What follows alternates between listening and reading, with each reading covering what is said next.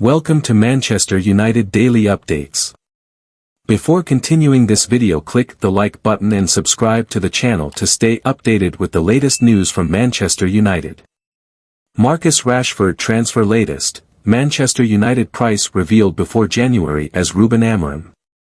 Manchester United would reportedly be willing to consider offers in the region of £40 million for Marcus Rashford in the January transfer window. Ruben Amorim's arrival at Old Trafford was seen by many as a positive step in the right direction, with the club having looked lost under previous boss Erik ten Hag. The Portuguese manager has already made several changes at United, most notably implementing a version of the 3-4-3 shape that he deployed at Sporting Lisbon. However, Amorim's appointment in November meant that he was unable to sign any players in the summer and has been forced to work with a squad entirely composed of players from the team ten Hag left behind. The Daily Mail report that the club are under significant pressure to sell players to comply with profit and sustainability rules, and that selling Rashford to raise funds for the new head coach has been mooted as an option. Marcus Rashford at United. When Rashford made his debut for his boyhood team on February 25, 2016 against FC Midtjylland, fans and pundits alike thought that the winger would be part of United's long-term future. However, despite scoring 87 goals and producing 40 assists for the club in the Premier League, Rashford has found himself at the centre of consistent criticism, with many lamenting his inconsistencies. The forward has netted 11 league goals in his last 48 appearances in the top flight, but had scored 17 in his prior 35 games. Though the 27-year-old undoubtedly possesses immense talent and ability, his lack of consistent output likely means that replacing his current impact on the team is not an impossible task. Additionally, due to the fact that Rashford was brought up through United's academy and is classed as homegrown, any sale would count as 100% profit on the PSR balance sheet and boost the club's financial health significantly. Selling Rashford is far from straightforward, especially given there are few clubs in world football that could afford to pay his reported wage of £350,000 a week. If United are to give Amorim all the tools he needs to succeed, then painful options will likely have to be considered, including the sale of other homegrown players such as Kobbie Mainoo or Alejandro Garnacho. Allowing young talents like Mainoo or Garnacho might be wise from a financial perspective, but whether United would be able to replace them with talents of a similar caliber remains to be seen. Co-owner Sir Jim Ratcliffe has long emphasized the need to run the club in an efficient manner, has said that he is willing to make unpopular decisions for the benefit of the squad. While Rashford no doubt deserves criticism for his performances of late, fans will hope that the Ruben Amorim sheds light on Man United January transfer plans with negative outlook. Ruben Amorim has opened up on Manchester United's outlook heading into the January transfer window. Ruben Amorim is unsure of Manchester United's January transfer window plans despite the market reopening in 3 weeks' time. The newly appointed boss insists he is focusing on winning matches and improving his current squad in training. Amorim has inherited a large squad from former boss Erik ten Hag. United have been linked with several signings ahead of the winter window, but the 39-year-old is focused entirely on the Red Devils' crunch Europa League clash with Victoria Plzen. "There's a lot at stake at this moment," said Amorim. "We have a lot to do, a lot of games, we don't have time to train, the players have contracts, so we have to see. It's a new idea, with a new coach. Sometimes I have one idea in the first week and in the second week I have a different idea. Then we have to see what happens, so everything is so close, with all the games during the opening of the window in January. So I really don't know. I'm just focused on improving the team, I cannot think further than the next game. Like any other team, when the window is open, we can do something, but our focus is to win games.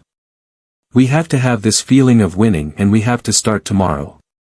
The United boss, who has overseen 2 wins and 2 defeats in 5 games, hinted that more physicality could be added to the squad, insisting that his team is currently on the smaller side. "I'm really focused to see my players and to understand my players. That is one of the problems of the club," Amorim added. We have to focus on what we have to focus on the academy and to have a clear profile of the players. So it's a lot of details you have to manage. You can see at set pieces, sometimes you look at our team and we are a small team compared to others. Every detail counts and we have to be very clear in the profiles, arrange all the processes and go to that phase of buying and selling players. But we have international players, good players, and we need time to teach them our ideas and then we will see, because this is a massive club. If we don't win, the coach goes, the player goes, so you have to know that. We have to improve as a team, we have to arrange a lot of things in our club before thinking just in terms of buying or selling players. There's a lot to do, so let's focus on improving our players, improving our academy and then see.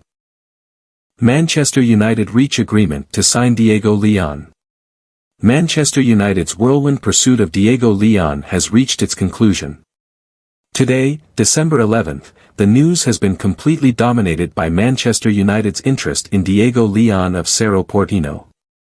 It's been well known for some time that United have been scouting left-backs to fill the hole that is routinely left by Luke Shaw's persistent injuries. However, the primary targets until now have been Bayern Munich's Alphonso Davies, Lecce's Patrick Dorgu and AC Milan's Theo Hernandez as a late entry. However, seemingly come out of nowhere, Diego Leon has emerged as a key contender to join the club for the left wing-back role in Amorim's system. Manchester United's whirlwind pursuit of Diego Leon. The news started today, with the report that United have entered advanced negotiations for the 17-year-old. However, no matter how well the talks went, it was clear that United would have to wait some time until he could move to Old Trafford. Unfortunately for the Red Devils, they would have to wait for his 18th birthday before officially signing him. Leon turns 18 in April 2025, meaning the earliest United could move for him would be next summer. Now, Academy Scoop have reported that a deal has been agreed in principle. As expected, the pre-agreement is reportedly in place for Leon to transfer to United in June 2025, after his 18th birthday. Whilst there are still some minor details to work out, the verbal agreement is now in place between both clubs and the fullback. Rio Ferdinand makes prediction for Manchester derby after Man City lose again. Rio Ferdinand has backed Manchester United to pile the pressure on struggling Manchester City in this weekend's derby after Pep Guardiola's side lost again in the Champions League. Man City's shocking run of form continued on Wednesday night as the Premier League champions were beaten 2-0 by Juventus. The defeat means City have now won just one of their last 10 games in all competitions and leaves them in a perilous position down in 22nd in the Champions League group phase with 2 games remaining.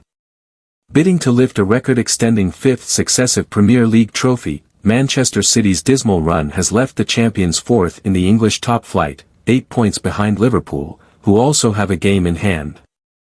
Guardiola's side play host to local rivals Manchester United this weekend and Ferdinand believes it could be another difficult afternoon for Man City. United travel to the Etihad Stadium sitting 13th in the Premier League and having lost their last 2 games under Erik ten Hag's replacement Ruben Amorim. Speaking after City lost to a Juventus side currently just 6th in Serie A, Ferdinand told TNT Sports, "Man City couldn't ask for a better game than the one that's coming up this weekend by the way. The Manchester Derby. If they want to get themselves back on track, beating United won't reinstall every bit of confidence and paper over all the cracks, but it will go a long way to reinvigorating this team and squad if they were to get a result. But I'm backing the mighty Reds. They're in great form as well by the way. It's a battle of no confidence." Manchester City had almost 70% of the ball at the Allianz Stadium but were down by second-half goals from Juventus' Dusan Vlahovic and Weston McKennie. After watching City's malaise continue, Pat Nevin told BBC Radio 5 Live, "The saddest thing about Manchester City tonight is are you really shocked? I'm not. The way they have been playing recently, the tiredness, we know about the injuries, playing players he'd rather rest. At the moment it's just hell on hell for Manchester City supporters. They look to me like a team that is not capable of doing it at the intensity they need to do it, at the top level to win these games week after week. City midfielder Ilkay Gundogan, meanwhile, said, "It's very disappointing. We had chances to score a few goals, but at the moment it feels like every attack we concede is just so dangerous. I don't know, I have a feeling sometimes we are a bit careless with duels, instead of playing simple we overcomplicate things and we missed the right timing to release the ball. Just lose the ball and give them counter-attacks. We are built for possession, keep the ball, be strong, if you can't do anything don't lose it. At the moment it's not working out for us." Thanks for watching. See you in the next video with more latest updates.